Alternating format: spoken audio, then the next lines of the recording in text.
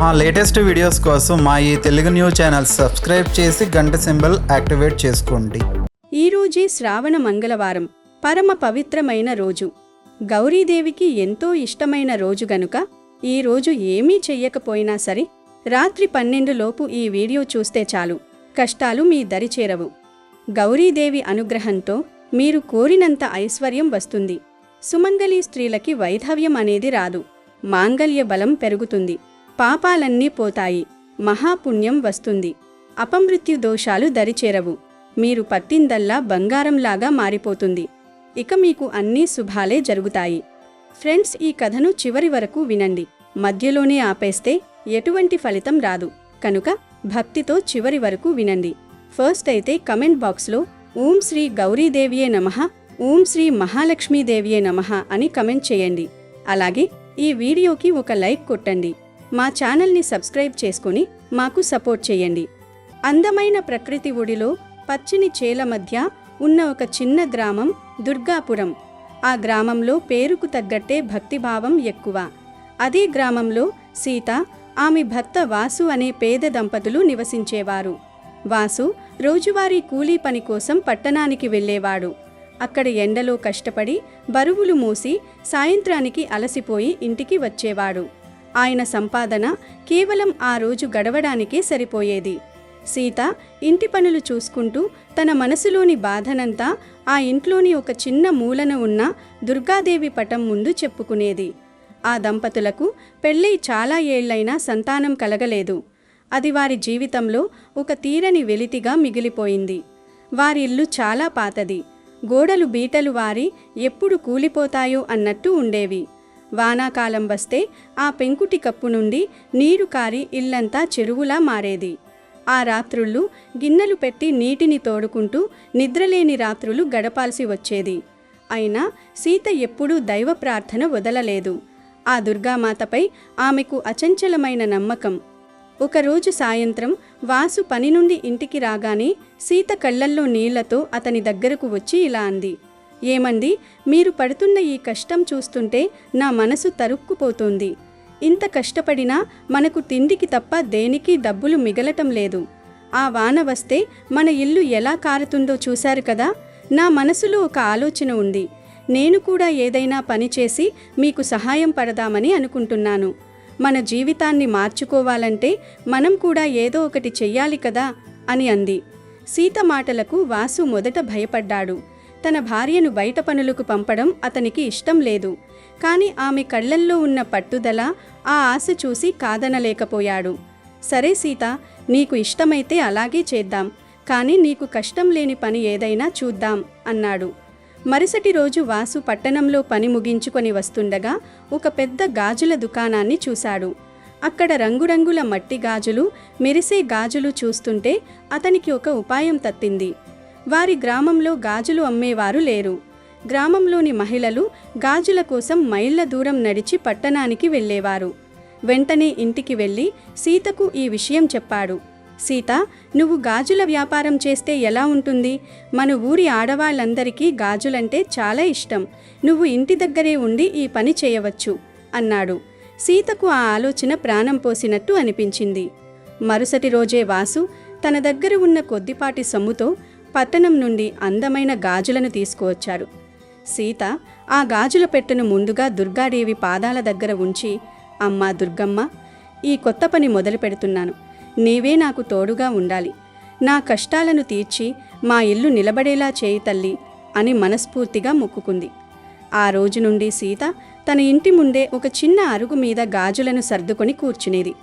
ఆమె చిరునవ్వుతో పలకరించు తీరు చూసి గ్రామంలోని మహిళలందరూ ఆమె దగ్గరికే రావడం మొదలుపెట్టారు. రావమ్మ సుబ్బమ్మ, ఈ పచ్చిని గాజులు నీ చేతులకు చాలా బాగుంటాయి అంటూ ప్రేమగా గాజులు వేసేది. చూస్తుండగానే సీత వ్యాపారం పుంజుకుంది. చేతిలో 4 రాళ్లు వాడటం మొదలైంది. ఆ దంపతులు ఆ డబ్బుతో కప్పుని బాగు చేయించుకొని కాస్త నెమ్మదిగా బతకడం ప్రారంభించారు. సీత ప్రతిరోజూ దుర్గాదేవికి కృతజ్ఞతలు చెప్పుకునేది. అయితే సీత ఎదుగుదలను చూసి ఓర్వలేని వారు కూడా ఆ ఊరిలో ఉన్నారు. సీత ఇంటి పక్కనే ఉండే రంగమ్మ అనే మహిళకు మొదటి నుండి సీత అంటే అసూయ. ఇప్పుడు సీత వ్యాపారం బాగుండటం, అందరూ ఆమెను పొగడటం రంగమ్మకు నచ్చలేదు. ఎలాగైనా సీత వ్యాపారాన్ని నాశనం చేయాలని రంగమ్మ ఒక దుర్మార్గపు ఆలోచన చేసింది. ఒకరోజు ఊరి మహిళలందరూ సీత దగ్గర గాజులు కొంటున్న సమయంలో రంగమ్మ అక్కడికి వచ్చి ఇలా అంది. ఒసేయ్, మీకైనా బుద్ధి ఉందా? ఎవరి దగ్గర గాజులు వేయించుకుంటున్నారో తెలుసా? ఈమెకు పిల్లలు లేరు, గొడ్రాలు. ఇలాంటి వారి చేతులతో గాజులు వేయించుకుంటే మీ కుటుంబాలకు అరిష్టం, మీ సంతానానికి ముప్పు కలుగుతుంది. అశుభం కలిగించే ఈమె దగ్గర గాజులు కొంటే మీ ఇల్లు గుల్లస్తాయి, జాగ్రత్త అని విషం చిమ్మింది. ఆ మాటలు విన్న మహిళలు ఒక్కసారిగా భయపడ్డారు. పాతకాలపు నమ్మకాలు ఉన్న ఆ ఊరి జనం వెంటనే సీత దగ్గర నుండి దూరంగా జరిగిపోయారు. సీత కళ్లల్లో నీళ్లు తిరుగుతుండగా, అక్క, అలా అనకండి, సంతానం కలగకపోవడం దేవుడి నిర్ణయం, అందులో నా తప్పేముంది అని వేడుకుంది. కానీ రంగమ్మ వినకుండా ఊరంతా ఈ నిందను ప్రచారం చేసింది. కొద్ది రోజుల్లోనే సీత వ్యాపారం పూర్తిగా ఆగిపోయింది. ఎప్పుడూ సందడిగా ఉండే ఆమె ఇంటి అరుగు ఇప్పుడు వెలవెలబోతోంది. ఎవరూ ఆమె వైపు చూడటానికి కూడా ఇష్టపడటం లేదు. వ్యాపారం లేక చేతిలో డబ్బులైపోయి మళ్లీ ఆ దంపతులు ఆకలితో అలమటించే స్థితికి వచ్చారు. సీతకు ఆ బాధ భరించరానిదిగా మారింది. అమ్మా దుర్గమ్మ, నా కడుపు పండలేదని నన్ను ఇలా వెలివేస్తారా? నేను ఏ పాపం చేశానని ఈ నిందలు వేస్తున్నారు అని ఏడుస్తూ ఆ రాత్రి భోజనం కూడా చేయకుండా దుర్గాదేవి పటం ముందు కూలపడిపోయింది. ఏడుస్తూ ఏడుస్తూ అలాగే నిద్రలోకి జారుకుంది. ఆ అర్ధరాత్రి వేళ ఆ చిన్న గుడిసెలో ఒక అద్భుతమైన కాంతి వెలిసింది. ఆ కాంతి మధ్య నుండి సింహవాహిని అయి చేతిలో త్రిశూలం ధరించి ప్రశాంతమైన ముఖవర్చస్సుతో దుర్గామాత ప్రత్యక్షమైంది. ఆ తల్లి సీత తలను నిమురుతూ, లే బిడ్డ సీత, నీ భక్తికి నీ ఓర్పుకి నేను సంతోషించాను. లోకం నిన్ను ఏమన్నా సరే నేను నీకు తోడుగా ఉన్నాను. నీ కష్టాలు గట్టెక్కే సమయం వచ్చింది. ఇదిగో, ఈ ధనాన్ని నీ కష్టానికి ప్రతిఫలంగా ఇస్తున్నాను. దీనితో నువ్వు కొత్త ఇల్లు కట్టుకో. నీ కోరిక ప్రకారం నీకు సంతాన భాగ్యాన్ని కూడా ప్రసాదిస్తున్నాను. ఇకపై నీకు ఏ లోటు ఉండదు అని పలికి మాయమైపోయింది. సీత ఉలిక్కిపడి నిద్రలేచింది. అదంతా కల అని అనుకుంది, కానీ ఎదురుగా చూసేసరికి ఆశ్చర్యంతో నోట మాట రాలేదు. ఆమె పూజ గదిలో ఒక పెద్ద చెక్క పెట్టె ఉంది. దానిని తెరిచి చూడగా అందులో నిగనిగలాడే బంగారు ఆభరణాలు, వెండి నాణాలు, ధనమున్నాయి. వాసును నిద్రలేపి జరిగిందంతా చెప్పింది. వాసు మొదట నమ్మలేకపోయాడు. కాని ఆ పెట్టెలోని సంపదను చూసి ఆ తల్లి కరుణకు కళ్ళమ్మట నీళ్లు కార్చాడు. సరిగ్గా అదే సమయంలో ఆకాశం నుండి ఒక దివ్యమైన వాక్కు వినిపించింది. వాసు, సీత, ఈ ధనం మీ నిజాయితీకి, భక్తికి నేనిస్తున్న బహుమతి. దీనితో మీరు సుఖంగా ఉండండి. త్వరలోనే మీ ఇంట్లో ఒక చిన్నారి కేరింతలు వినిపిస్తాయి. ఆ మాటతో వారి ఆనందానికి అవధులు లేవు. మరుసటి రోజు నుండి వారి జీవితం పూర్తిగా మారిపోయింది. దుర్గాదేవి ప్రసాదించిన ధనంతో వారు ఒక అందమైన ఇల్లు కట్టుకున్నారు. ఊరి జనం మొదట ఆశ్చర్యపోయారు. కానీ సీత మీద రంగమ్మ వేసిన నిందలు అబద్ధమని, సీతపై దైవ అనుగ్రహం ఉందని అందరికీ అర్థమైంది. రంగమ్మ చేసిన పాపం వల్ల ఆమె ఇంట్లో అనేక సమస్యలు మొదలయ్యాయి. దాంతో ఆమె తన తప్పు తెలుసుకుని సీత దగ్గరకు వచ్చి క్షమాపణలు కోరింది. దయాగుణం కలిగిన సీత ఆమెను క్షమించి ఆపదలో ఉన్న ఆమెకు కూడా సహాయం చేసింది. కొన్ని నెలల తరువాత సీత గర్భం దాల్చింది. ఒక శుభముహూర్తాన ఆమెకు ఒక అందమైన ఆడబిడ్డ జన్మించింది. ఆ పాపకు దుర్గా అని పేరు పెట్టుకుని ఎంతో గారాబంగా పెంచుకున్నారు. సీత మళ్లీ తన గాజుల వ్యాపారాన్ని ప్రారంభించింది. కానీ ఈసారి కేవలం లాభం కోసం కాదు, ఆ ఊరిలో పేదరికంలో ఉన్న వారికి సహాయం చేయడానికి. కష్టపడితే, దైవం మీద నమ్మకం ఉంచితే ఏ అసాధ్యమైనా సుసాధ్యమవుతుందని సీత జీవితం నిరూపించింది. దుర్గాపురం గ్రామంలో సీత కథ అందరికీ ఒక గొప్ప పాఠంగా మిగిలిపోయింది. ఆ దంపతులు తమ పాపతో కలిసి ఆయురారోగ్యాలతో, సుఖ సంతోషాలతో నిండు నూరేళ్లు జీవించారు. అలాగే ఈ శ్రావణ మంగళవారం రోజే శ్రీ మంగళగౌరీ వ్రతం చేస్తారు గనుక ఈ రోజు మంగళగౌరీ వ్రత కథని ఒక్కసారి వింటే చాలు. గౌరీదేవి అనుగ్రహంతో మాంగళ్య బలం పెరుగుతుంది. స్త్రీలకి సకల సంపదలు సిద్ధిస్తాయి. భారతీయ సంస్కృతి సాంప్రదాయాలలో శ్రావణ మాసం అత్యంత ప్రాధాన్యత కలిగి ఉంది. ఈ మాసంలో అందరి ఇళ్ళు మామిడి తోరణాలు, పసుపు గడపలతో, ముత్తైదువుల రాకపోకలతో కలకలలాడుతూ ఉంటాయి. ఈ మాసంలో ముఖ్యమైనవి శ్రీ వరలక్ష్మి వ్రతం మరియు శ్రీ మంగళగౌరీ వ్రతం. శ్రావణ మాసంలో వచ్చే 4 మంగళవారాలు మంగళగౌరిని పూజించాలి. పార్వతీదేవికి మరొక పేరు మంగళగౌరి. శ్రావణ మంగళవారం రోజు మంగళగౌరీ వ్రతాన్ని ఆచరించటం వల్ల మహిళలకు సౌభాగ్యకరమైన 5వ తరం కలకాలం నిలుస్తుందని ప్రతీతి. పసుపు ముద్దను తయారు చేసి కుంకుమ పూలు అద్ది అక్షింతలతో మహిళలు పూజలు నిర్వహిస్తారు. కొత్తగా పెళ్ళైన వారు ఈ వ్రతాన్ని ఆచరించి పెద్దల ఆశీస్సులు తీసుకోవటం ఆనవాయితీ. మంచి భర్త రావాలని, అవివాహితులు తమ వైవాహిక బంధం సజావుగా సాగాలని వివాహితులు మంగళగౌరి వ్రతాన్ని ఆచరిస్తారు. శ్రావణ మాసంలో ఎన్ని మంగళవారాలు వస్తాయో అన్ని మంగళవారములు ఈ వ్రతం చేసి మంగళగౌరిని పూజించాలి. శ్రావణంలోని ప్రతి మంగళవారం కొత్తగా పెళ్ళైన స్త్రీలు మాంగళ్యానికి ఆదిదేవత గౌరీదేవిని భక్తి శ్రద్ధలతో ఆరాధిస్తారు.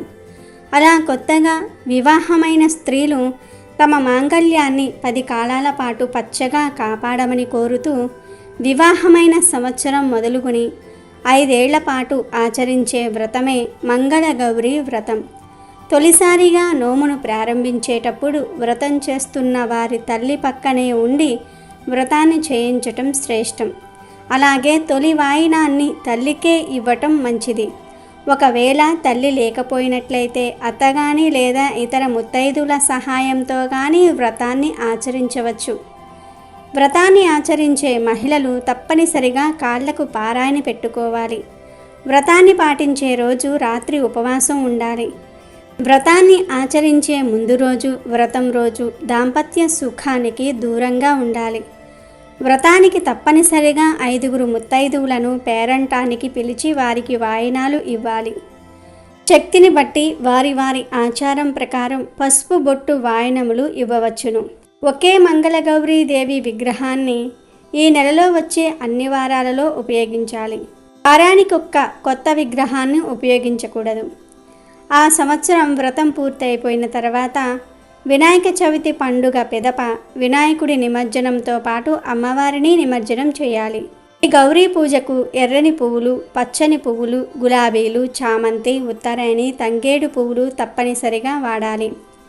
నిష్టగా చేసిన వారికి దాంపత్య జీవితము, కుటుంబ జీవితం బాగుంటుంది. ఈరోజు తప్పకుండా తులసి అమ్మవారిని మరియు గోమాత పూజ కూడా చేసి గోమాతకు తోచిన ఆహారం పెట్టి 3 ప్రదక్షిణాలు చేయాలి. ముందుగా ఈరోజు మంగళగౌరి వ్రతం చేస్తారు గనుక మంగళగౌరి వ్రత కథను వింటే చాలు అమ్మవారి అనుగ్రహం కలుగుతుంది, సకల ఐశ్వర్యాలు సిద్ధిస్తాయి. ఒకసారి శివపార్వతులకు ప్రణయ కలహం వచ్చింది. మహాశివుడు పార్వతీదేవిని ఆట పట్టిస్తూ నల్లని దాన అని అనటం వలన అమ్మవారు ఆ మాటలకు అలిగి ఎలాగైనా చక్కటి రంగును తెచ్చుకోవాలని సంకల్పం పూని మేనిఛాయ కోసం తపస్సు చేసింది. ఆ తపస్సు ద్వారా గౌరవర్ణాన్ని పొందింది. గౌరవర్ణం అంటే ఎరుపు రంగు అని అర్థం. ఆ విధంగా గౌరవర్ణంలోనికి మారటం వలన పార్వతీదేవి గౌరీదేవి అయ్యింది. ఈ విధంగా మారటం గ్రహించిన మహాశివుడు పార్వతీదేవికి ఒక వరం ఇచ్చాడు. ఎవరైతే శ్రావణ మంగళవారం రోజు గౌరీదేవిని భక్తి శ్రద్ధలతో పూజిస్తారో అలాంటి వారికి సకల శుభాలు కలుగుతాయని, ఐశ్వర్యం సిద్ధిస్తుందని, అన్ని బాధలు పోతాయని శివుడు వరం ఇచ్చాడు. అప్పటి నుండి శ్రావణ మంగళవారాలలో మంగళ గౌరీ వ్రతం చేయటం ఆచారంగా వస్తుంది. శ్రావణ మంగళ గౌరీ వ్రతం యొక్క వ్రత మహత్యం తెలిపే ఒక కథ కూడా ఉంది. ఇప్పుడు మనం ఆ కథను విందాం. ఒకసారి ద్రౌపదీదేవి శ్రీకృష్ణుని వద్దకు వెళ్ళి అన్న మహిళలకు వైధవ్యాన్ని కలిగించని వ్రతం ఏదైనా ఉంటే చెప్పమని అడుగ్గా శ్రీకృష్ణుడు వెంటనే మంగళ గౌరీదేవి మహాదేవత ఆది పరాశక్తియే మంగళ గౌరీదేవిగా ప్రసిద్ధి చెందింది.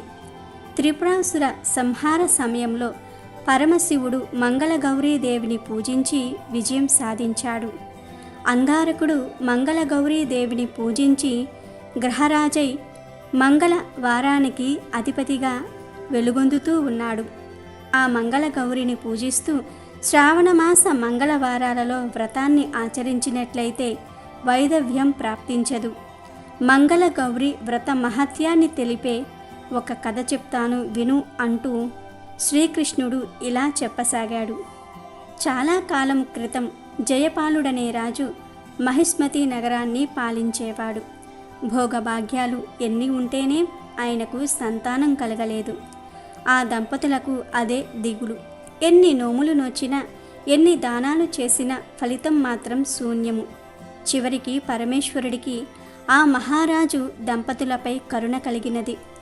పరమేశ్వరుడు ఓ సన్యాసి రూపంలో జయపాలుని నగరానికి వచ్చి అంతఃపురం బయట ద్వారము వద్ద నిలబడి భవతి భిక్షాందేహి అనేసి అక్కడి నుండి వెళ్ళిపోయాడు. జయపాలుని భార్య పల్లెంలో సంబరాలు సమకూర్చుకొని భిక్ష వేసేందుకు వచ్చే లోపలే ఆ సన్యాసి వెళ్ళిపోయాడు. ఇలా 3 రోజులు జరిగింది. జరిగిందంతా కూడా భర్తకు వివరించింది జయపాలుని భార్య. రేపు ఆ సన్యాసి వచ్చే ముందే నీవు సిద్ధంగా ఉండమని భార్యతో చెప్పాడు రాజు. మరుసటి రోజు సన్యాసి రావటం మహారాణి బంగారు పళ్ళెంతో సహా భిక్ష వెయ్యబోయింది. ఆ సన్యాసి ఆ భిక్షను స్వీకరించక, సంతానము లేని నీ చేతి భిక్ష నేను స్వీకరించనని పలికేసరికి జయపాలుని భార్య ఇలా అంది, అయితే మహాత్మా, సంతానము కలిగే మార్గాన్ని ఉపదేశించండి అని వేడుకుంది. అప్పుడు ఆ సన్యాసి రూపంలో ఉన్న ఈశ్వరుడు, అమ్మా, నేను చెప్పబోయేది నీ భర్తకు తెలియజెయ్యి. నీలం రంగు వస్త్రాలను ధరించి నీలం రంగు అశ్వాన్ని అధిరోహించి ఒంటరిగా నీ భర్తను నగరం తూర్పు దిక్కుకు వెళ్ళమను. అక్కడ అరణ్యంలో అతని నీలాశ్వం ఎక్కడ అలసటితో కింద పడుతుందో అక్కడ దిగి తవ్వమను. ఆ తవ్వకము నుండి ఒక స్వర్ణ దేవాలయం బయటపడుతుంది. ఆ స్వర్ణ దేవాలయంలో ఉండే అమ్మవారిని భక్తి శ్రద్ధలతో పూజిస్తే ఆమె మీకు సంతానాన్ని ఇస్తుంది అని చెప్పి అక్కడి నుండి వెళ్ళిపోయాడు సన్యాసి రూపి అయిన శివుడు. ఈ విషయమంతా భర్తకు చెప్పి ఆ విధంగా చేయసాగారు రాజదంపతులు.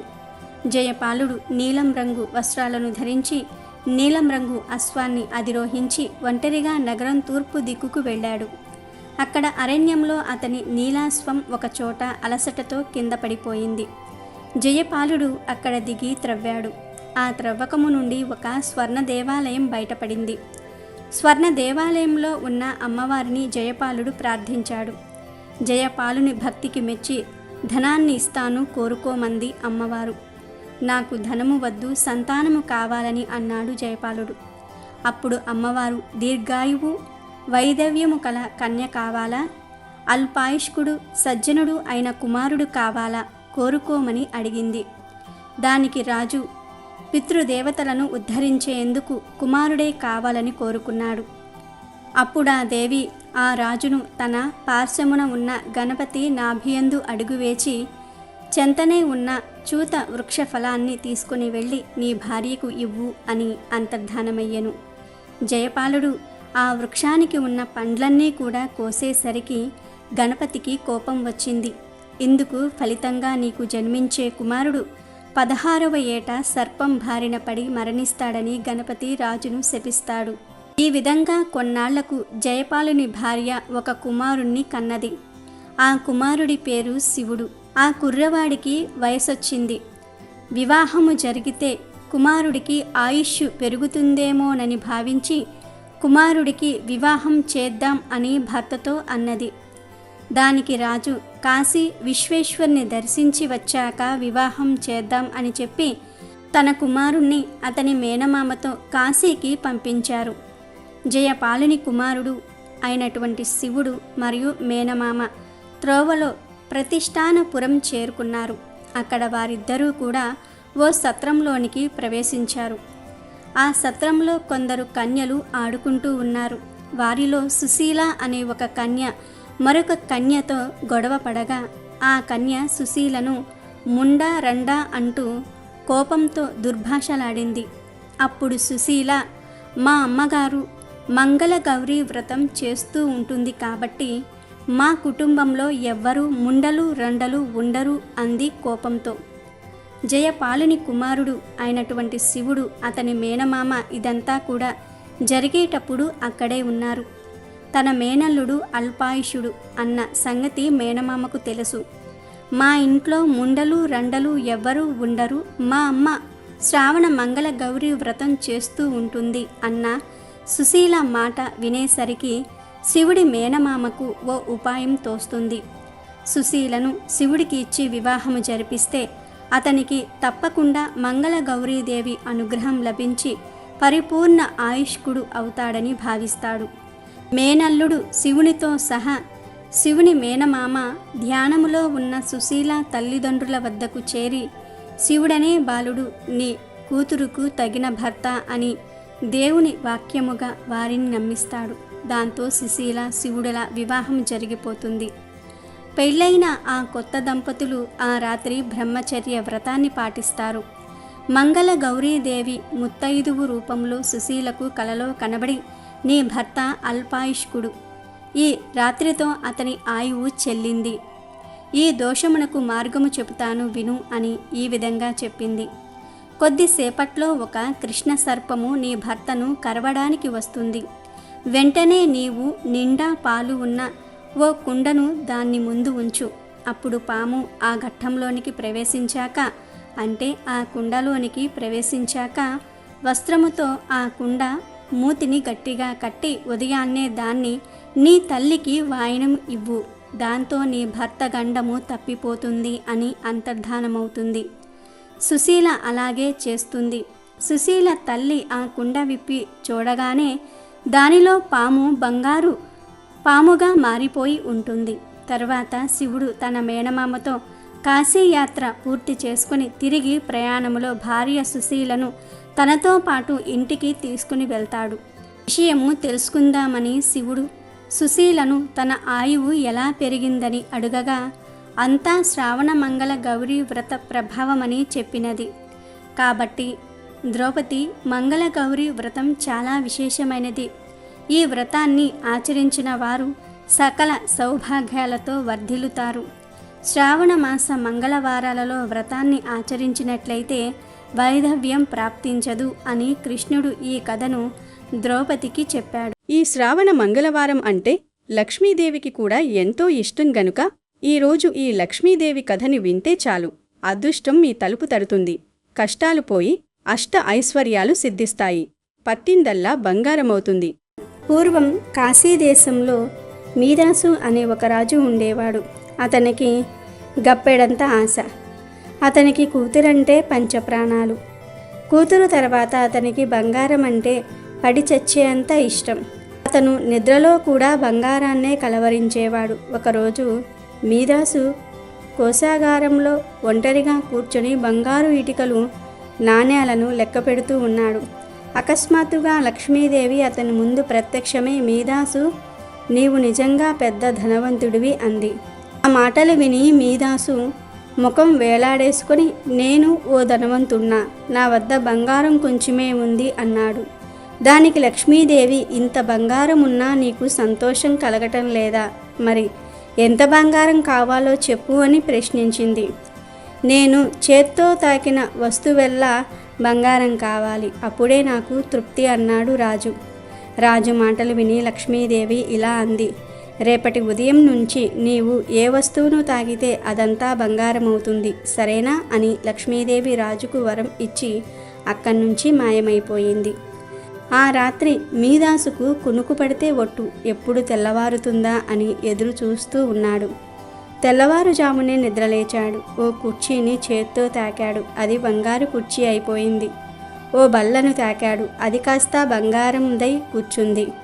అలా తాకిందంతా కూడా బంగారం అవ్వటంతో మీదాసు వెర్రి సంతోషంతో ఎగిరి గంతులు వేయసాగాడు. అతని పిచ్చెత్తినట్లు పరిగెత్తుతూ తోటలోనికి వెళ్ళి చెట్లను తాకాడు, పూలను, ఆకులను, కొమ్మలను, రెమ్మలను, పూల కుండీలను తాకాడు. అన్నీ బంగారమై తలతల మెరవసాగాయి.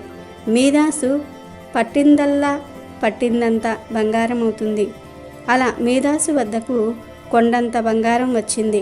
ఇక సాయంత్రం అయ్యింది. పొద్దున్నుంచి ఎగురుతూ గెంతుతూ ఉన్నందువల్ల మీదాసు బాగా అలసిపోయాడు. అతను ధరించిన బట్టలు కూడా బంగారం అయిపోయాయి. ఒంటికి బరువుగా తోచసాగాయి. అతనికి బాగా ఆకలి దప్పులు వేశాయి. తోట నుంచి రాజభవనంలోనికి వచ్చి మీదాసు ఓ బంగారు కుర్చీ మీద కూర్చున్నాడు. ఓ నౌకరు అతని ముందున బల్ల మీద పళ్ళెంలో భోజనం, నీళ్ల గ్లాసు ఉంచాడు. మీదాసు భోజనం చేద్దామని చేత్తో అన్నం ముట్టుకున్నాడో లేదో అది కాస్త బంగారమైపోయింది. తాగుదామని నీళ్ల గ్లాసు చేత్తో పైకెత్తాడో లేదో నీళ్లు కూడా బంగారమైపోయాయి. మీదాసు కళ్ళ ముందు బల్ల మీద రకరకాల భోజన పదార్థాలున్నాయి, కానీ గొంతులోనికి వెళ్ళట్లేదు. అప్పుడు తన దుస్థితికి మీదాసు గొల్లుమని ఏడ్చాడు. ఇంతలో అతని ముద్దుల కూతురు గెంతుతూ అతని వద్దకు వచ్చింది. అతని ఒడిలో వాలి కన్నీళ్లు తుడవసాగింది. మీదాసు కూతుర్ని తన గుండెలకు హత్తుకున్నాడు. ఇంకేముంది, అక్కడ అతని కూతురు ఉంటేగా. అతని ఒడిలో కూతురు ఆకారంలో బరువైన మొయ్యలేని ఓ బంగారు విగ్రహం కనిపించింది. పాపం మీదాసు తల బాదుకుంటూ బిగ్గరగా ఏడవసాగాడు. ఇదంతా చూస్తున్న లక్ష్మీదేవికి జాలి కలిగింది. అతని ముందు ప్రత్యక్షమైంది. లక్ష్మీదేవిని చూడగానే మీదాసు పోలోమని ఆమె కాళ్లపై పడి, అమ్మా, మీరు నాకిచ్చిన వరం వెనక్కి తీసుకోండి, అదే 10,000 అని బతిమిలాడాడు. అప్పుడు లక్ష్మీదేవి మీదాసుని ఇలా ప్రశ్నించింది. మీదాసు, నీకు ఇప్పుడు బంగారం అక్కర్లేదా? ఓ గ్లాస్ మంచినీళ్ళు విలువైనవంటావా లేదా బంగారమా? ఓ ముద్ద అన్నం విలువైనదంటావా లేదా బంగారమా అని అడిగింది. అప్పుడు మీదాసు 2 చేతులు జోడించి లక్ష్మీదేవితో ఇలా అన్నాడు. నాకు బంగారం అక్కర్లేదు. మనిషికి బంగారంతో పని లేదన్న సంగతి నాకు ఇప్పుడు తెలిసి వచ్చింది. బంగారం లేకున్నా మనిషి బతకగలడు, కానీ గ్లాసుడు నీళ్లు, ఓ ముద్ద అన్నం లేకపోతే జీవించలేడు. నాకు ఇప్పుడు బంగారం మీద మోహం పోయింది అని వేడుకున్నాడు.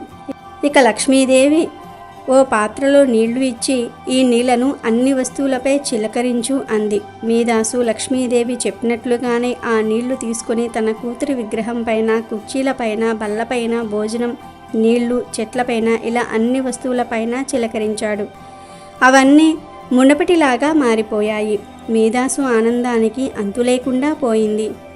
ఆశ హద్దు మీరితే దుఃఖం దాపురిస్తుంది అనే నీతిని ఈ కథ ద్వారా మనం గ్రహించాలి. ఈ విధంగా ఈరోజు అమ్మవారికి మొక్కిన మొక్కులు మర్చిపోతే ఏం జరుగుతుందో తెలిపే ఈ కథను వింటే చాలు, మీ దశ తిరిగిపోతుంది, వద్దన్న ఐశ్వర్యం వస్తుంది.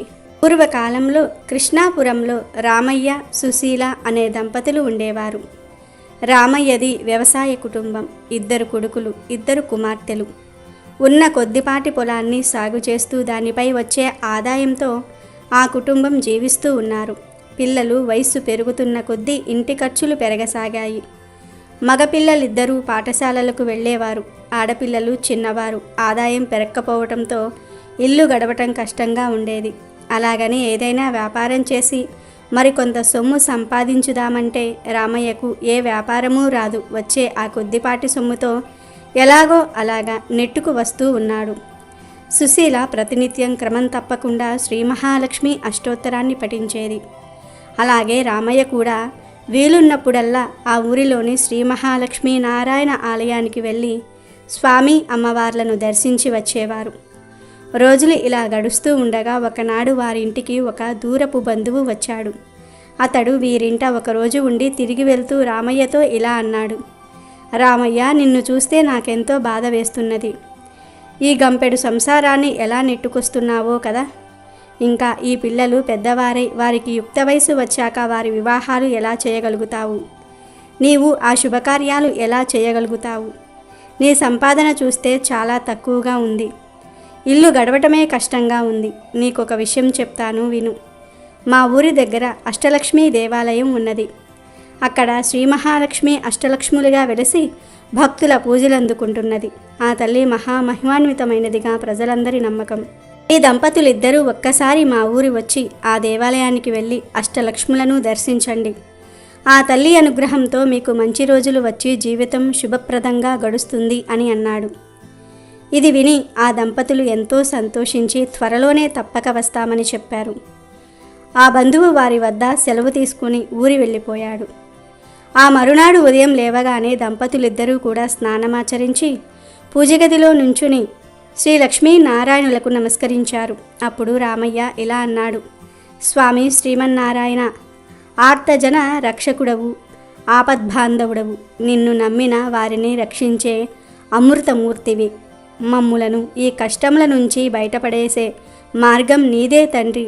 ఓ శ్రీమన్నారాయణ, నీకివే మా నమస్కారములు. ఓ మహాలక్ష్మి జగన్మాత, మిక్కిలి దయతో కూడి ఉన్న నీ చూపులతో మమ్ము కరుణించు తల్లి. ఆశ్రయించిన వారిని ఎల్లవేళలా రక్షించే అమృతమూర్తివి నీవే తల్లి. దయచేసి మా కుటుంబాన్ని కరుణించి నీ అనుగ్రహాన్ని ప్రసాదించు తల్లి. వీలైనంత త్వరలోనే నీ దర్శనం చేసుకుంటాము తల్లి. ఓ జగన్మాత, నీకివే మా నమస్కారములు అని ప్రార్థించి ఆ దంపతులిద్దరూ 11 రూపాయలు పసుపు గుడ్డలో ముడుపు కట్టి పెట్టారు. కొంతకాలానికి రామయ్య, సుశీల దంపతులు ముడుపు తీసుకొని అష్టలక్ష్మి దేవాలయం దర్శనానికై బంధువులు ఊరు బయలుదేరి వెళ్లారు. ఊరి చేరేసరికి సాయంకాలమయ్యింది. రాత్రి బంధువుల ఇంట నిద్రించి ఉదయాన్నే నిత్య కృత్యాలు తీర్చుకుని అష్టలక్ష్మి దేవాలయానికి చేరుకున్నారు. సాక్షాత్తు ఆ శ్రీ మహాలక్ష్మికి నిలయమై ఉన్నందువలన ఆ ఆలయం ఎంతో సుందరంగా ఉంది. అద్భుతమైన ఆ దేవాలయ సౌందర్యం చూసి ఆ దంపతులిద్దరూ ఎంతో ఆనందపడ్డారు. అఖిలలోక సౌందర్యవతి సుమనోహరి శ్రీమన్నారాయణి ప్రియ సఖి అయిన శ్రీ మహాలక్ష్మి అష్టలక్ష్ముల రూపంలో కొలువున్న ఆ దేవాలయం ఎంతో దివ్యమైన శోభను సంతరించుకోవటంతో ఆశ్చర్యమేసింది. శ్రీలక్ష్మీనారాయణులను ప్రార్థిస్తూ ఆ దంపతుల ఆలయంలోనికి ప్రవేశించారు. అది శ్రావణమాసం కూడా కావటం చేత ఆలయమంతా ఎంతో దివ్యంగా అలంకరించబడింది. ఆలయ స్తంభాలకు అద్భుతమైన పుష్పాలు చక్కగా అలంకరించబడ్డాయి.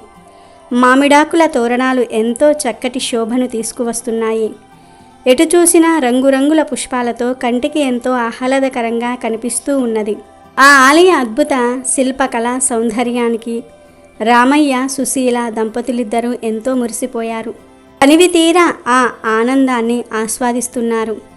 ఆలయ మండపంలో ఒక మహాపండితుడు శ్రీ మహాలక్ష్మి వైభవాన్ని ఇలా దివ్యంగా వర్ణిస్తున్నాడు. ఓ భక్తజనులారా, ముల్లోకాలను ఎల్లవేళలా రక్షించే శ్రీ మహాలక్ష్మి బ్రహ్మదేవుని వద్ద సరస్వతిగా, శ్రీమన్నారాయణుని వద్ద శ్రీ మహాలక్ష్మీదేవిగా, పరమేశ్వరుని వద్ద పార్వతిగా బాసిల్లుతున్నది. ఆ తల్లిని కొలిచిన వారికి సర్వ సంపదలు కలుగుతాయి, సర్వ ఐశ్వర్యాలు లభిస్తాయి, దేనికి కొదువ ఉండదు, సంపూర్ణ ఆరోగ్యం కలుగుతుంది. ప్రతి నిత్యం ఆ తల్లిని స్మరించిన, కీర్తించిన సర్వ శుభాలు కలుగుతాయి. ఆ రోజంతా జయప్రదంగా గడుస్తుంది అని చెప్తున్నాడు. రామయ్య దంపతులు ఆ పండితుడు చెప్పిన విశేషాలన్నీ కూడా విని అక్కడి నుండి బయలుదేరి ముందుగా ఆదిలక్ష్మి ఆలయం వద్దకు వచ్చారు. అద్భుత తేజస్సుతో ప్రకాశిస్తూ ఉన్న ఆ తల్లికి నమస్కరించి అటు తర్వాత ధాన్యలక్ష్మి వద్దకు వచ్చారు.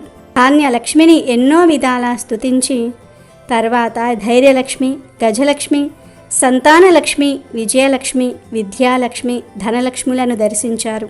ఎంతో దివ్యమైన తేజస్సుతో అద్భుతమైన పట్టు వస్త్రాలతోనూ రకరకాల దివ్య ఆభరణాలతోనూ అష్టలక్ష్ములందరూ కూడా ఎంతో అద్భుతంగా దర్శనం ఇచ్చారు. రామయ్య దంపతులు అష్టలక్ష్ములను ఎన్నో విధాలా స్తుతించి తమను కరుణించవలసిందిగా ప్రార్థించారు. ఆలయం నుండి వెలుపలకు వచ్చే ముందు రామయ్య ఒక్కసారి కన్నులు మూసుకొని శ్రీ మహాలక్ష్మిని ప్రార్థిస్తూ మనసులో ఇలా అనుకున్నాడు. ఓ జగన్మాత, ఓ శ్రీ మహాలక్ష్మి, నీవు నన్ను కరుణించి అంతులేని ఐశ్వర్యం అనుగ్రహిస్తే నేను మా ఊరిలో తప్పకుండా నీ అష్టలక్ష్మి స్వరూపాలతో అద్భుతమైన ఆలయాన్ని నిర్మిస్తాను తల్లి అని అనుకున్నాడు. అటు తర్వాత దంపతులిద్దరూ కూడా తిరిగి తమ ఊరు చేరుకున్నారు. శ్రీ మహాలక్ష్మి తల్లి అనుగ్రహం వలన రామయ్య కుటుంబం మంచి అభివృద్ధిని సాధించింది. కుమారులిద్దరికీ మంచి చదువులు కలిగి ఉన్నత ఉద్యోగాలు లభించాయి. కుమార్తెలకు మంచి వరులతో వివాహాలు జరిగాయి. స్నేహితులు కొంతమంది సహాయం చేయగా రామయ్య 2-3 వ్యాపారాలు ప్రారంభించాడు. ఆ శ్రీ మహాలక్ష్మి తల్లి అనుగ్రహం వలన ఆ వ్యాపారాలన్నీ కూడా ఎంతో అభివృద్ధి చెందాయి. ఎన్నో లాభాలు వచ్చాయి. చుట్టుప్రక్కల గ్రామాలలో రామయ్య అంతటి ధనవంతుడు లేడని ప్రజలు చెప్పుకునేవారు.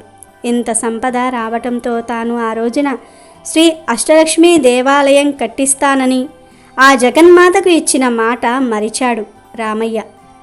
ధన సంపాదనలో పడి భగవంతుణ్ణి స్మరించటం కూడా మరిచాడు. తమకిచ్చిన మాట తప్పినందుకు అష్టలక్ష్ములకు ఆగ్రహం కలిగింది. ఎంతో వెలిగిపోతున్న ఆ కుటుంబంలో ఎన్నో సమస్యలు రాసాగాయి.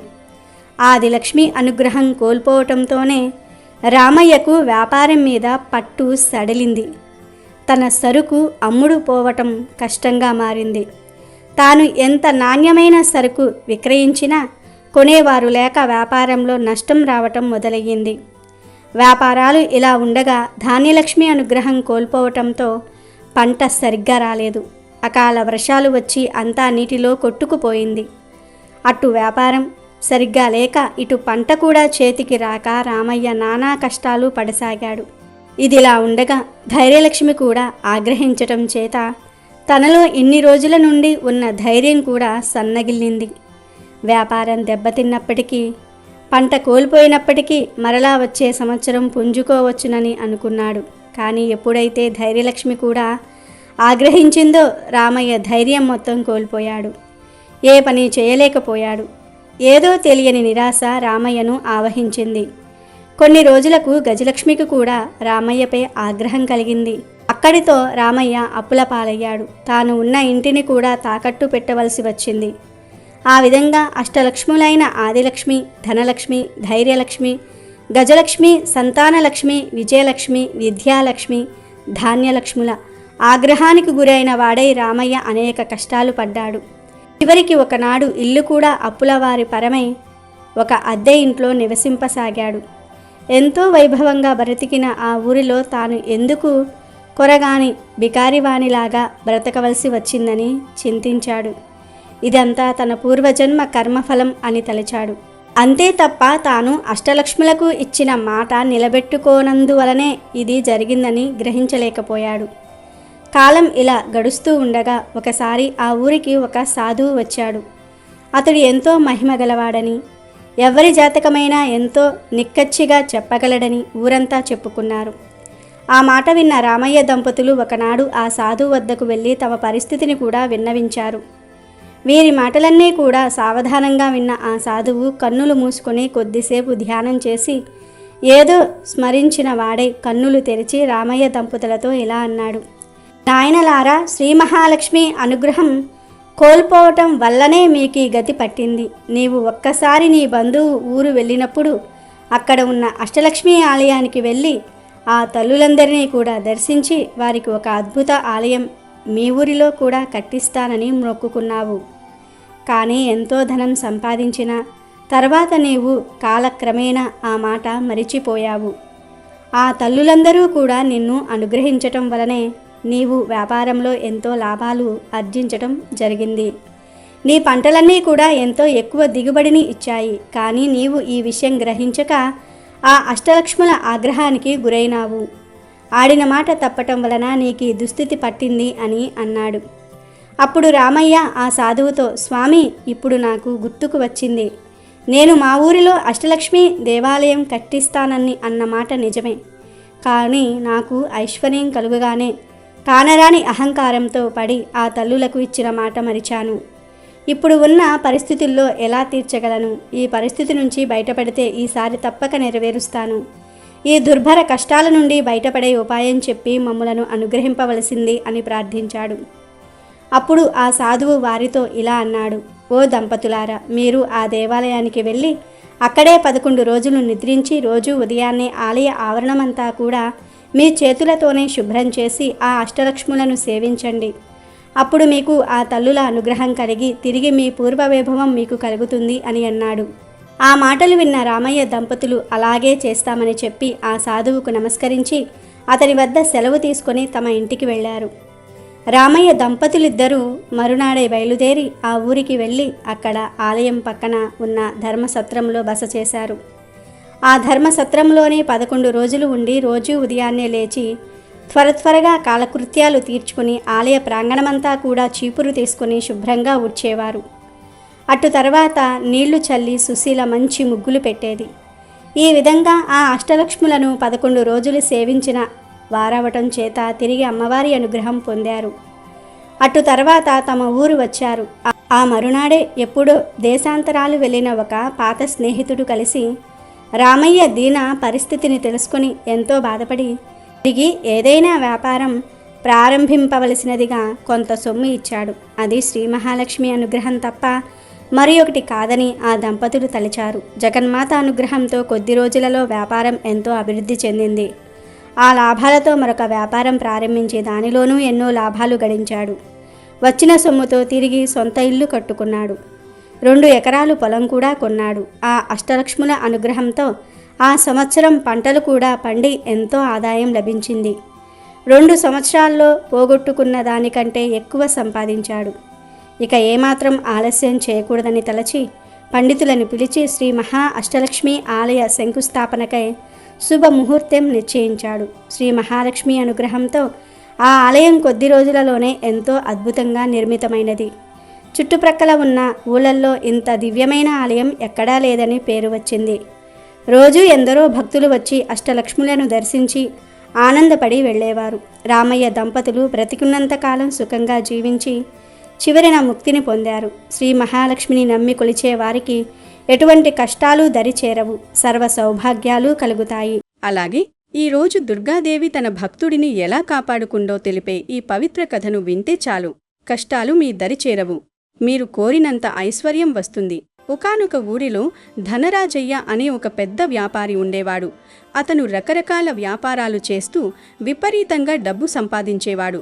ఆ వచ్చిన లాభాలతో భూములు, ఇళ్ళు, బంగారం, విలాసవంతమైన వాహనాలు కొంటూ ఉండేవాడు. ధనరాజయ్య దగ్గర కుప్పలు తెప్పలుగా డబ్బు ఉన్నప్పటికీ ఆపదలో ఉన్న పేదవారికి ఒక్క రూపాయి కూడా దానం చేసే మనస్సు అతనికి లేదు. అలా పిసినారితనంతో కూడబెట్టిన డబ్బు మొత్తంతో అతను ఊరి చివర ఒక పెద్ద అధునాతనమైన హోటల్ను నిర్మించాడు. హోటల్ నిర్మాణం పూర్తయిన రోజున ధనరాజయ్య ఎంతో గర్వంగా తన భార్య లక్ష్మితో ఇలా అన్నాడు: ఇన్నేళ్లకు నా కల నెరవేరింది.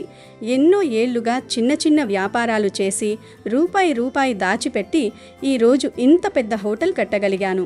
ఇకపై నాకు రోజుకి 5 నుండి 6,000 రూపాయల దాకా నికర ఆదాయం వస్తుంది. ఇంత ఆదాయం రావాలంటే ఖచ్చితంగా పెట్టుబడి పెట్టాలి. కానీ నేను ఎక్కువ పెట్టుబడి పెట్టే రకాన్ని కాను. ₹1 పెట్టుబడి పెట్టి 10 రూపాయలు వెనకేసుకోవడమే నా సిద్ధాంతం. భర్త మాటలకు లక్ష్మి నిట్టూర్చింది. ఇద్దరూ కలిసి హోటల్ను అందంగా తీర్చిదిద్దారు. ఎటి చూసినా పచ్చటి ముక్కలు, రకరకాల పద్ధతుల్లో కుర్చీలు, బల్లలు వేయించారు. హోటల్ అంతా సిద్ధమైంది. కానీ వంట మనుషులు, పనివాళ్లు దొరకడమే ఆలస్యం. అప్పుడు లక్ష్మి, వెతికితే ఎవరో ఒకరు పనివాళ్లు తప్పకుండా దొరుకుతారండి. కానీ మీరు వారికి నెల నెల అడిగినంత జీతం ఖచ్చితంగా ఇవ్వాల్సి ఉంటుంది అని చెప్పింది. దానికి ధనరాజయ్య నవ్వి, నెల నెలా జీతాలిచ్చుకుంటూ కూర్చుంటే నా లాభాలు తగ్గిపోతాయి. పనివాళ్లు ఏదో ఒక తప్పు చెయ్యకపోరు. వారి తప్పులను ఎత్తిచూపి నెల జీతాన్ని ఎగ్గొడతాను అన్నాడు. భర్త కుటిల బుద్ధిని చూసి లక్ష్మి, ఇలా చేయడం చాలా పెద్ద పాపమండి. ఆ దేవుడు మిమ్మల్ని ఏదో ఒకరోజు తప్పకుండా శిక్షిస్తాడు అని హెచ్చరించింది. కానీ ధనరాజయ్య ఆమె మాటలను అస్సలు ఖాతరు చేయలేదు. కొద్ది రోజుల్లోనే ఆ హోటల్లో 2 పనివాళ్లు చేరారు. వారిలో ఒకరి పేరు గోపాల్. అతను చాలా పేదవాడు, ఎంతో మంచివాడు. ఎలాంటి కష్టమైన పనినైనా నవ్వుతూ చేసేవాడు. రెండో వ్యక్తి పేరు రఘు. అతను కొంచెం కోపిష్టి కావడంతో ధనరాజయ్య పెట్టే వేధింపులకు, అతని పిసినారితనానికి తట్టుకోలేక కొద్ది రోజులకే పని మానేసి వెళ్ళిపోయాడు. ఇక హోటల్ పని భారం మొత్తం గోపాల్ పైనే పడింది. ఒకరోజు లక్ష్మి గోపాల్ను చూసి, ఏంటయ్యా గోపాల్, ఒక్కడివే ఇంత పని ఎలా చేయగలవు? మీ అయ్యగారితో వేగడం చాలా కష్టం. నాకంటే తప్పదు. నువ్వు వేరే ఉద్యోగం చూసుకోవచ్చుగా అంది. అప్పుడు గోపాల్ కన్నీళ్లు పెట్టుకుంటూ, లేదమ్మా, ప్రస్తుతం నాకు ఈ ఉద్యోగం చాలా అవసరం. మా అమ్మ మంచాన పడి ఉంది.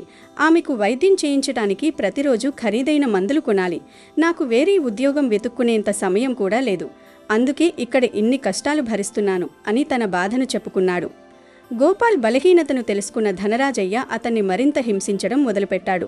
ఒకరోజు గోపాల్ చట్నీ రుబ్బుతుండగా ధనరాజయ్య వచ్చి, గోపాల్, ఆ చట్నీలో 1 లీటరు నీళ్లు కలిపాయి అన్నాడు. గోపాల్ ఆశ్చర్యపోయి, అయ్యా, చట్నీ చాలా తక్కువగా ఉంది. ఇందులో లీటరు నీళ్లు పోస్తే అది మజ్జిగలా అయిపోతుంది. రుచి అస్సలు బాగోదు. కస్టమర్లు రారు అన్నాడు. దానికి ధనరాజయ్య కోపంతో ఊగిపోతూ, నేను ఈ హోటల్ యజమానిని. నేను చెప్పింది చెయ్యడం నీ బాధ్యత. చెప్పినట్టు చెయ్యి, లేకపోతే ఉద్యోగంలోంచి తీసేస్తాను అని బెదిరించాడు. అలా రోజులు గడుస్తున్నా ధనరాజయ్య గోపాల్కు జీతం ఇవ్వలేదు. నెల తిరిగి 10 రోజులు దాటినా జీతం ఇవ్వకపోవడంతో గోపాల్ ధైర్యం చేసి, అయ్యా, ఈరోజు నెల 10వ తేదీ వచ్చింది, 1వ తేదీన ఇవ్వాల్సిన జీతం ఇంతవరకు ఇవ్వలేదు. నా అమ్మ మందుల కోసం డబ్బులు కావాలి, దయచేసి నా జీతం ఇవ్వండి అని వేడుకున్నాడు. దానికి ధనరాజయ్య క్రూరంగా నవ్వి, నువ్వు పోయిన నెలలో చట్నీలో నేను లీటరు నీళ్లు కలపమంటే 1/2 లీటర్ మాత్రమే కలిపావు. నా మాట విననందుకు ఈ నెల నీకు జీతం లేదు అని తేల్చి చెప్పాడు. గోపాల్ ఎంతో నొచ్చుకున్నాడు. అతను దుర్గాదేవికి పరమభక్తుడు. ఆ రాత్రి ఇంటికి వెళ్ళి అమ్మవారి పటం ముందు మూకరిల్లి, అమ్మా దుర్గమ్మ, ఎంత కష్టపడినా చేతికి పైసా అందడం లేదు, నా అమ్మను నువ్వు ఎలాగైనా కాపాడాలి తల్లి అని కన్నీరు మున్నీరుగా ప్రార్థించాడు. లక్ష్మికి గోపాల్ పరిస్థితి చూసి జాలివేసి ధనరాజయ్యకు తెలియకుండా అప్పుడప్పుడు కొంత డబ్బు సహాయం చేస్తూ ఉండేది. ఒకరోజు రంగయ్య అనే కస్టమర్ హోటల్కు వచ్చాడు. ధనరాజయ్య నిన్నటి మిగిలిపోయిన ఆహారాన్ని వేడి చేసి అతనికి వడ్డించమన్నాడు. ఆ పాచి అన్నం తిన్న రంగయ్య అసహ్యించుకుని గొడవపడి డబ్బులివ్వకుండా వెళ్ళిపోయాడు. ఇది చూసి గోపాల్, చూశారయ్యా, నిన్నటి అన్నం పెట్టవద్దని చెప్పినా వినలేదు, ఇప్పుడేమైంది అన్నాడు. ఆ మాటలకు ధనరాజయ్యకు విపరీతమైన కోపం వచ్చి గోపాల్ను గట్టిగా కుట్టాడు.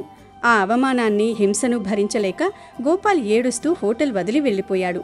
ఇక లాభం లేదని ధనరాజయ్య, లక్ష్మి ఇద్దరే వంట చేసి హోటల్ నడపడం ప్రారంభించారు. మరుసటి రోజు మధ్యాహ్నం హోటల్కు ఒక వింతైన స్త్రీ వచ్చింది. ఆమె ముఖంలో ఒక దివ్యమైన, గంభీరమైన తేజస్సు ఉంది. ఆమె ధనరాజయ్యను చూసి, నాకు చాలా ఆకలిగా ఉంది, వెంటనే భోజనం వడ్డించు అని అడిగింది. ధనరాజయ్య ఆమెకు భోజనం వడ్డించాడు. వడ్డించిన మరుక్షణమే ఆమె ఆ విస్తట్లోని ఆహారాన్ని క్షణాల్లో ముగించేసింది. నాకు ఇంకా ఆకలిగా ఉంది, మరికొంత ఆహారం తీసుకురా అంది. ధనరాజయ్య మళ్లీ వడ్డించాడు. ఆమె మళ్లీ క్షణాల్లో తినేసింది. ఇలా ఎంత వండి వడ్డించినా ఆమె ఆకలి తీరడం లేదు. హోటల్లో ఉన్న రేషన్, కూరగాయలు అన్నీ అయిపోయాయి. ధనరాజయ్య తన ఇనుప పెట్టెలో ఉన్న డబ్బునంతా తీసి బయట నుండి సరుకులు తెప్పించి వండించాడు. అయినా ఆమె ఆకలి అస్సలు తగ్గలేదు. చివరికి ధనరాజయ్య ఇనుప పెట్టె పూర్తిగా ఖాళీ అయిపోయింది. అతని సర్వస్వం కరిగిపోయింది. ధనరాజయ్య భయపడుతూ మోకాళ్లపై పడి, అమ్మా, నువ్వు సాధారణ స్త్రీవి కావు, నా ఇనుప పెట్టె మొత్తం ఖాళీ అయిపోయింది, నా సర్వస్వం పోయింది, నన్ను క్షమించి నువ్వెవరో నిజం చెప్పు తల్లి అని వేడుకున్నాడు. వెంటనే ఆ దివ్య స్త్రీ తన అసలు రూపమైన దుర్గాదేవిగా మారి సింహవాహిని అయి సాక్షాత్కరించింది. ఆ దేవి రూపాన్ని చూసి ధనరాజయ్య, లక్ష్మి ఇద్దరూ భయభక్తులతో చేతులు జోడించారు. అమ్మవారు అట్టహాసం చేస్తూ, ధనరాజయ్య, నీ పిసినారితనం, అహంకారం, నీ స్వార్థం కారణంగా ఎంతోమందిని ఇబ్బంది పెట్టావు.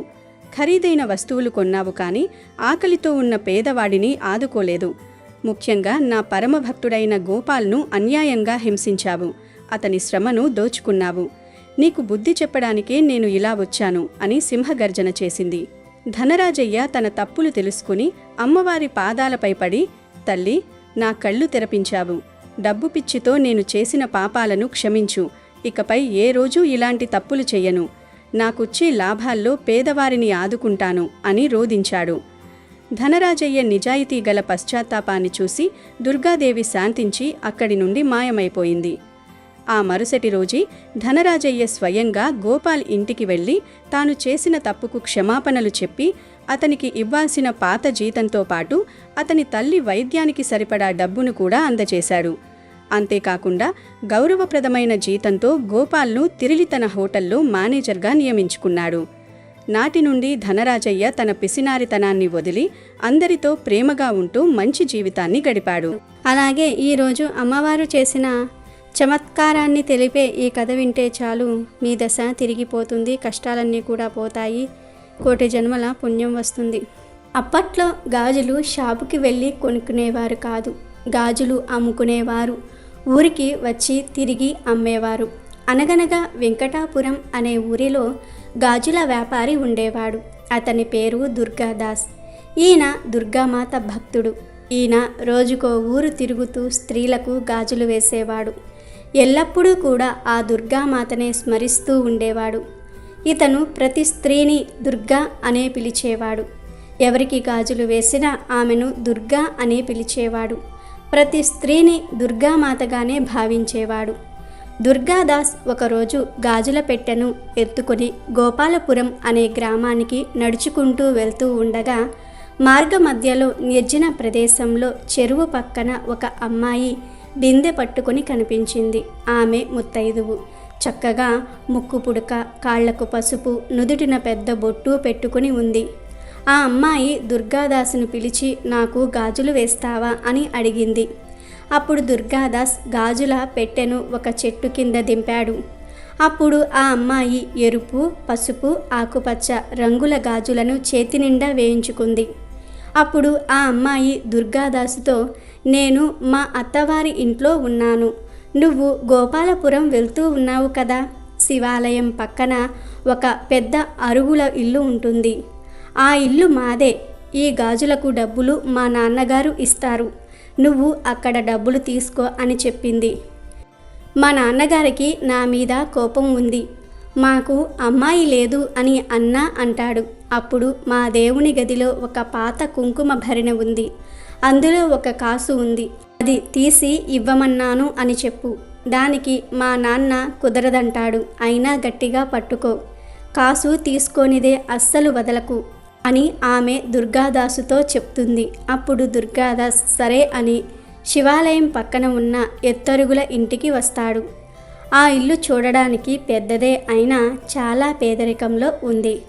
ఆ ఇంటి ముందర వేద విద్యార్థులు కనిపిస్తారు.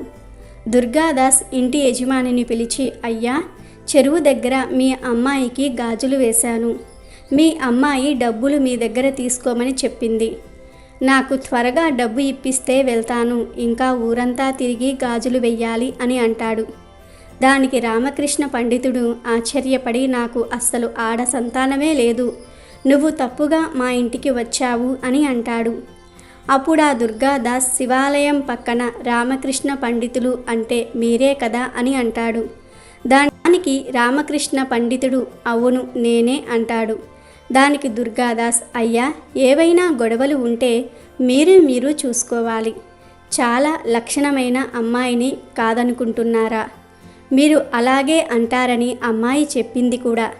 నా డబ్బులేవో నాకు ఇప్పిస్తే వెళ్ళి నా పని నేను చూసుకుంటాను అని అంటాడు దుర్గాదాస్. దానికి రామకృష్ణ పండితుడు, నాకసలు అమ్మాయిలే లేరు. ఎవరికో గాజులు వేసి నన్ను డబ్బులు అడగటం ఏంటి అని దుర్గాదాస్తో వాదిస్తాడు. అక్కడ ఏదో గొడవ జరుగుతున్నట్లుగా గమనించిన చుట్టుప్రక్కల వారు అక్కడికి వస్తారు. దానికి దుర్గాదాస్, మీరు భలేవారు. ఎంత కోపం ఉంటే మాత్రం కన్న కూతురిని కాదనుకుంటారా? అమ్మాయి నాతో అక్కడే చెప్పింది మీరు ఇలా అంటారని. అయ్యా, మీ అమ్మాయి నాతో చెప్పింది మా నాన్న దగ్గర నువ్వు ఖచ్చితంగా డబ్బులు తీసుకోమని, ఎట్టి పరిస్థితుల్లో డబ్బు తీసుకోకుండా వెళ్ళకని, మీ పాత పూజ గదిలో కుంకుమ భరిణలో కాసు ఉంటుందని నాతో చెప్పింది. ఆ కాసు అయినా తెచ్చి ఇవ్వండి అంటాడు దుర్గాదాస్. అప్పుడు రామకృష్ణుడు, మా దేవతా మందిరంలో అసలు కుంకుమ భరిణ లేనే లేదు, ఇంకా కాసు ఎక్కడిది అంటాడు. మీ అమ్మాయి చెప్పింది చూడవయ్యా అంటాడు దుర్గాదాస్. చుట్టుప్రక్కల వాళ్ళు కూడా, దుర్గాదాస్ మన గ్రామానికి ఎప్పుడూ వచ్చేవాడే. ఒక్కసారి మీ దేవతా మందిరంలో కుంకుమ భరిణ ఎక్కడుందో చూడండి అని రామకృష్ణుడితో అంటారు. ఈ తతంగమంతా వింటున్న పండితుని తల్లి పూజామందిరంలో ఎక్కడో చిన్న మీట ఉన్నట్లు నాకిప్పుడు జ్ఞాపకం వస్తుందిరా. ఒక్కసారి బాగా చూడు, అందులో కుంకుమ భరిణ ఉండవచ్చు అంది ఆ వృద్ధురాలు. రామకృష్ణుడికి కొద్దిసేపు వెతికాక ఒక చిన్న మీట కనిపిస్తుంది. దాన్ని తాకగానే ఒక కుంకుమ భరిణ బయటకు వస్తుంది. ఆ కుంకుమ భరిణలో ఒక చిన్న అమ్మవారి ప్రతిమతో పాటు ఒక బంగారు కాసు కూడా ఉంటుంది. అప్పుడు రామకృష్ణుడు మనసులో, అసలు ఇక్కడ కుంకుమ భరిణ ఉన్న విషయం నాకు ఇంతవరకు తెలియదు. నా తల్లి కూడా ఇంతవరకు నాకు చెప్పలేదు. నా తల్లికి తెలిసిన ఈ విషయం ఆ అమ్మాయికి ఎలా తెలిసి ఉంటుందో అని ఆలోచిస్తాడు. రామకృష్ణుడు కుంకుమ భరిణలో చెయ్యి పెట్టగానే ఒక బంగారు కాసు తగులుతుంది. వెంటనే ఆ కాసును బయటకు తీస్తాడు. ఆ తర్వాత ఇంకోసారి కుంకుమ భరిణలో చెయ్యి పెడతాడు. మళ్ళీ ఇంకో కాసు వస్తుంది. ఇలా చెయ్యి పెట్టిన కొద్దీ కాసులు వస్తూనే ఉంటాయి. రామకృష్ణుడు ఒక్కసారిగా ఆశ్చర్యానికి లోనవుతాడు. అప్పుడు ఆ కాసును తన తల్లికి చూపిస్తాడు. అప్పుడు ఆ వృద్ధురాలు, ఇది మా తాతగారి కాలానికి చెందింది. ఈ కుంకుమ భరిణలో అమ్మవారి ప్రతిమను ఉంచి మా తాతగారు ఈ ప్రతిమను ప్రతిరోజు భక్తి శ్రద్ధలతో అర్చించేవారట.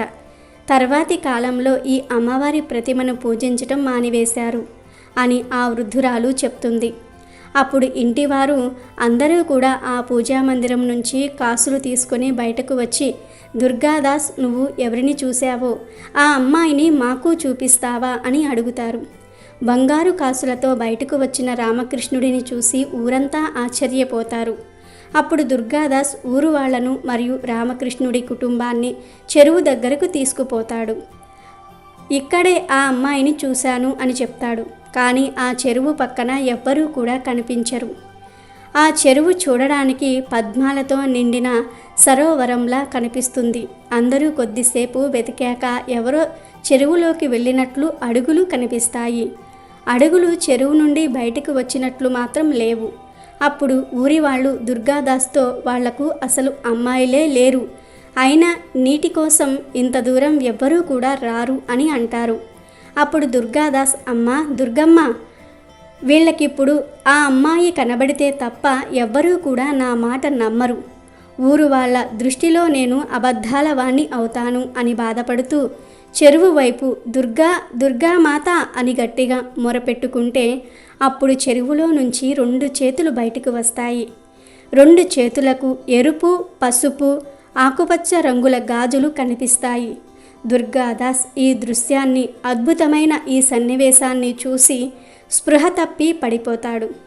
ఈ సన్నివేశాన్ని ఊరంతా కూడా చూస్తుంది. ఊరంతా మొక్కుతారు. అప్పుడు అందరూ చాలా సంవత్సరాలుగా నిక్షిప్తమై ఉన్న అమ్మవారిని పూజించడానికి ఆ దుర్గామాతే స్వయంగా ఈ విధంగా అనుగ్రహించింది అని అనుకుంటారు. అప్పట్నుంచి రామకృష్ణుడు, వారి కుటుంబం భక్తి ప్రవర్తులతో అమ్మవారిని పూజించటం ప్రారంభించారు.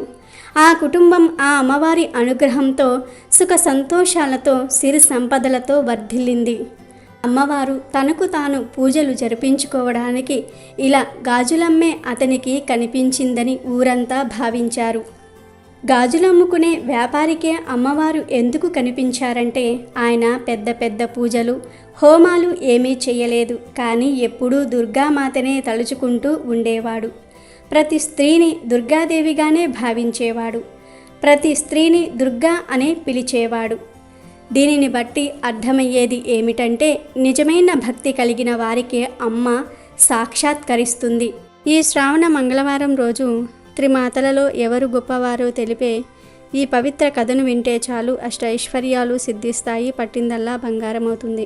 ఒకసారి పాలసముద్రం శేషపాన్పుపై శ్రీ మహావిష్ణువు లక్ష్మీ సమేతుడై ఉండగా అనుకోకుండా పార్వతీదేవి, సరస్వతీదేవి లక్ష్మీదేవిని చూడడానికి వైకుంఠానికి వచ్చారు. అల్లంత దూరాన వారిని చూసిన లక్ష్మీదేవి భర్త అనుమతితో ఆయన పాదాలను ఒత్తటం ఆపి శేషపాన్పు దిగి వారిద్దరినీ సాదరంగా ఆహ్వానించింది.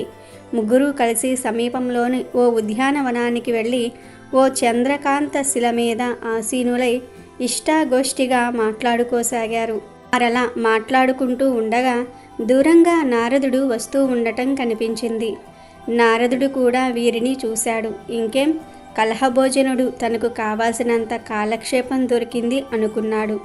త్రిమూర్తుల భార్యలంతా ఒకే చోట కూర్చుని ఏదో విషయాన్ని గురించి మాట్లాడుకుంటూ ఉన్నారు కనుక ఏదో ఒక చిక్కు ప్రశ్న వేసి వారి మధ్య కలహాన్ని రేపి తన నామానికి సార్థకతను చేకూర్చుకోవాలనుకున్నాడు.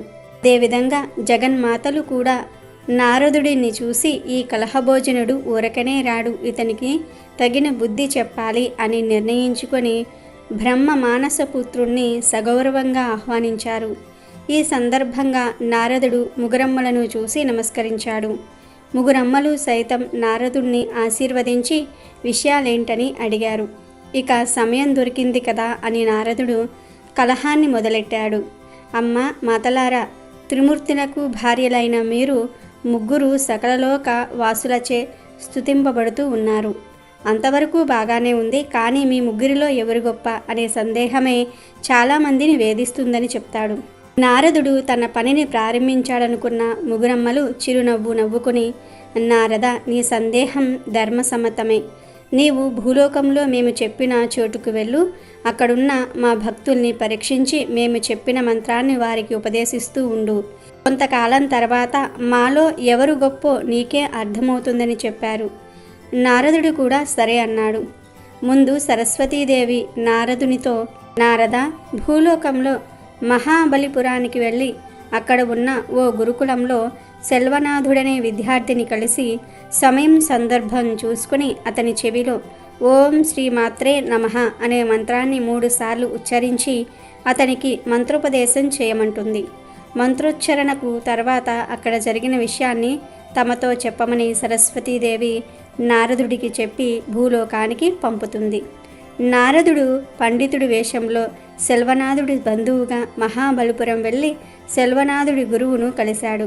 సెల్వనాథుడు బంధువని తెలుసుకున్న గురువు సెల్వనాథుడికి అక్షరం ముక్క రాదు, వాడితో నా ప్రాణం విసిగిపోతుంది, పశువులను మేపాల్సిందిగా పంపేశాను, వెళ్ళి చూడమంటాడు.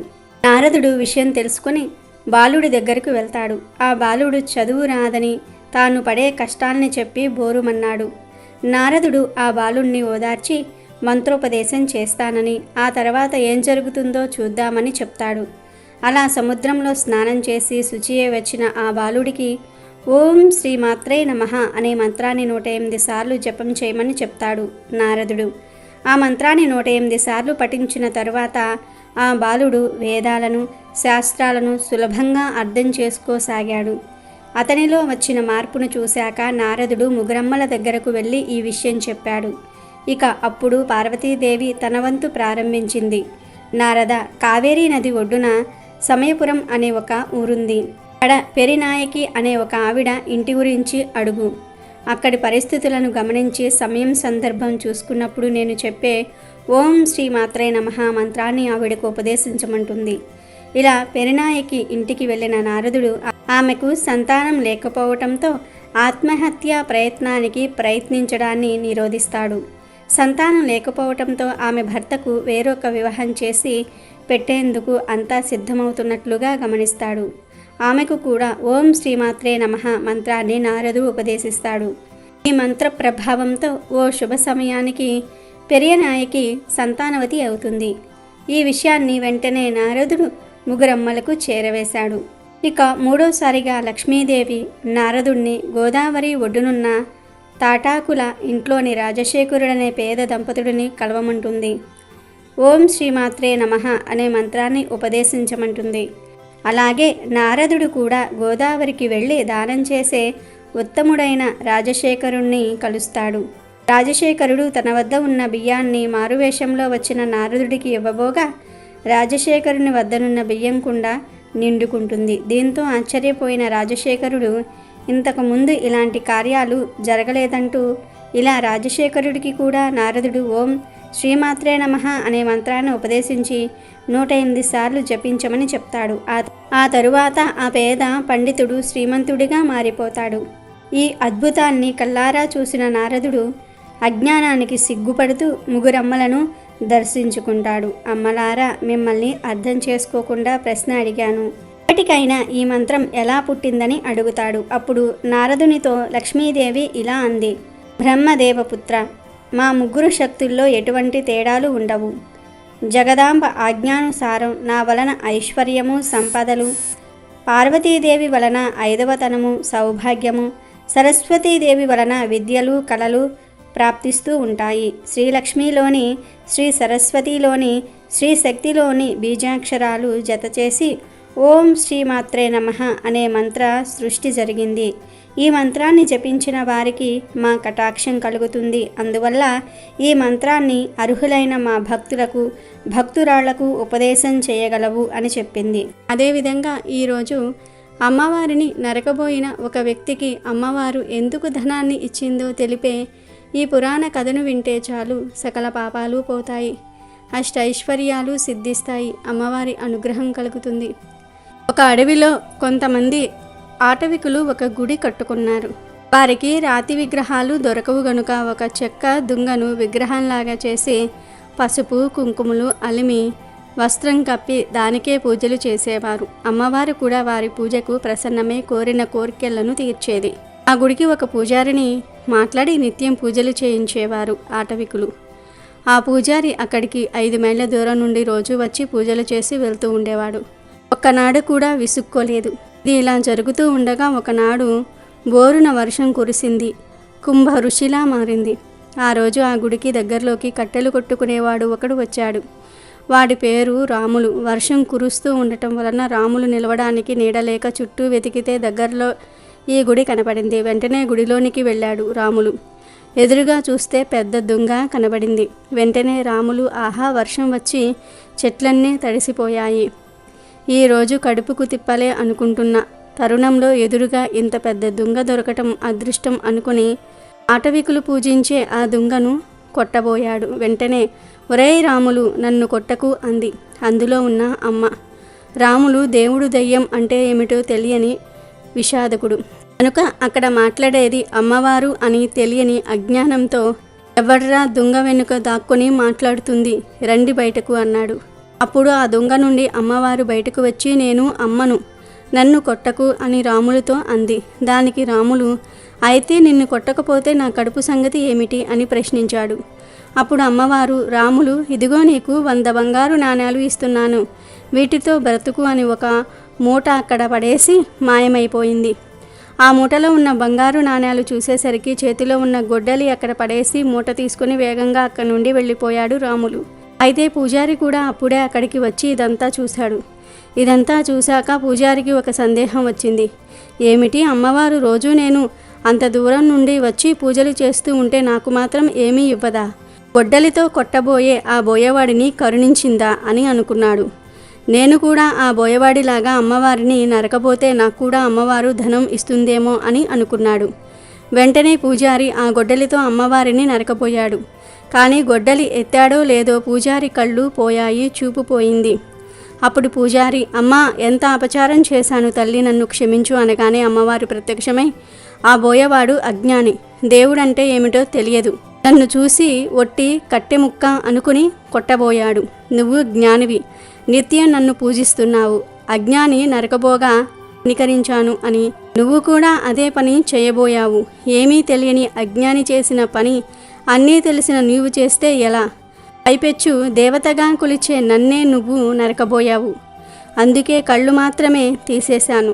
చూపు తీయకపోతే నువ్వు పూర్తిగా సర్వనాశనమైపోయేవాడివి అని అమ్మవారు పలికింది. అప్పుడు పూజారి, అమ్మా క్షమించు, మరొక్కసారి ఇలాంటి పొరపాటు చేయను, దయచేసి చూపు ప్రసాదించు అని పలుమార్లు వేడుకొనగా అమ్మ కరుణించి చూపు ఇచ్చి ఇలా చెప్పింది.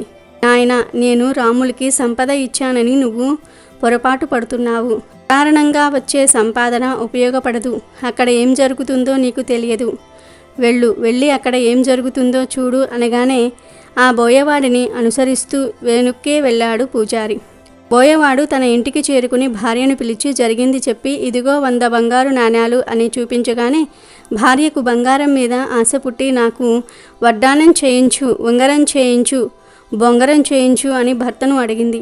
భర్త వినలేదు. ఇంతలో కొడుకు వచ్చాడు. వాడు వ్యసనపరుడు.